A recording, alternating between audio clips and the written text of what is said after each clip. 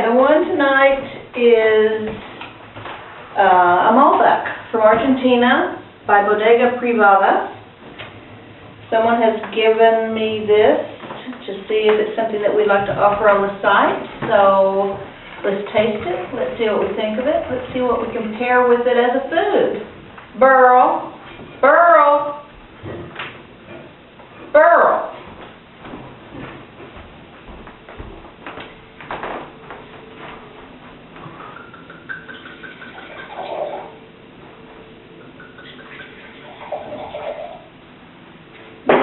Kind of a wine that maybe could have used a little airing, a little decanting, but I didn't do that. So let's just see.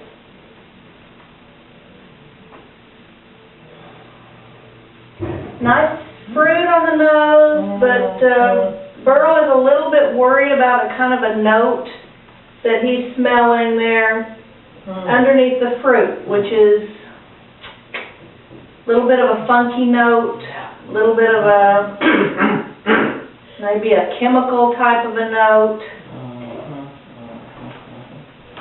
It's possible that it would blow off. If we had time to sit with it, it's possible that would blow off. But I'm not so crazy about that, and Burl is actually pretty upset about it. So let's take a taste.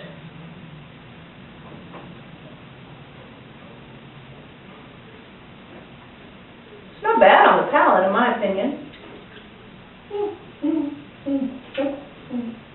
You agree? Because the fruit is nice, but it's not too fruity, in my opinion. There's still a little bit of an earthy balance. No complexity at all. But he's liking it even more, I think. Now the big question is what we would try and pair with this. So, Burl has in mind a steak, I think. So we would try a steak. Could we do a little cream pepper sauce with the steak, or something like that, or just a plain grilled steak? Both ways, you're right. Okay. So we'll get busy in the kitchen, see if we can make a nice pairing with this Bodega Privada Malbec. So we decided to pair the Malbec with a pretty simple grilled steak cooked in olive oil and garlic, some rice and salad with some red peppers.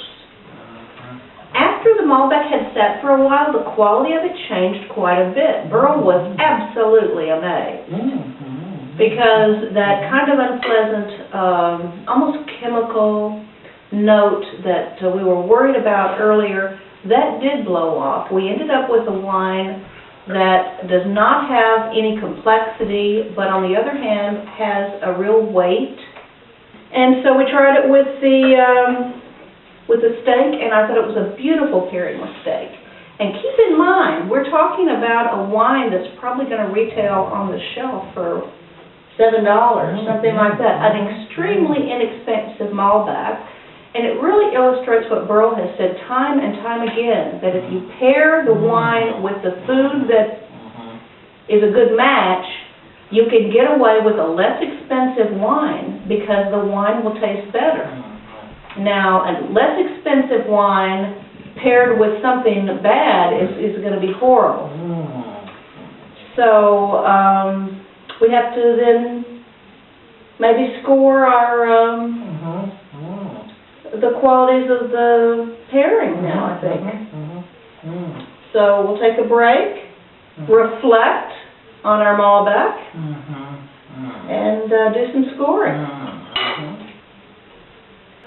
Time to make an evaluation, and keep in mind, we're not evaluating the wine, we're evaluating the pairing. How well did it go with this particular meal that we chose?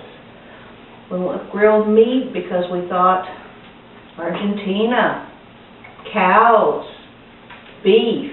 We threw in some red peppers because we thought Italian immigrants in Argentina.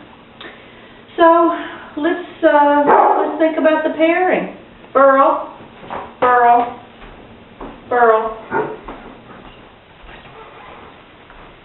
Now let's look at the three things we usually look at. The first one is weight. Is the wine heavier than the food or too light for the food? Or are they a good balance? Burl feels like they are an excellent balance. I agree. I think they're a good balance. What about the sweetness? We don't want a wine that is not as sweet as the food, or it will strip out all the fruit and spoil the flavors of the wine. So what do we think about the sweetness? Was it a good pairing in terms of sweetness of each dish, balancing each other? Right. And then the final thing that we look at is the flavors. Was it a good pairing in terms of flavors? I would have to say it's a somewhat one-dimensional wine. It has some nice blackberry fruit, but it is not a complex fruit. By the way, it did not pair well with the red peppers at all. So that was not a good pairing, but looking overall at the main dish, the grilled beef and the garlic and olive oil and so on.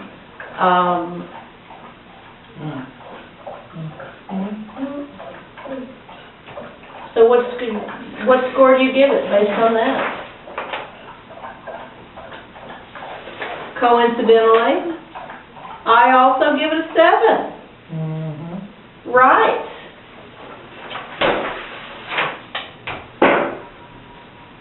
There you go.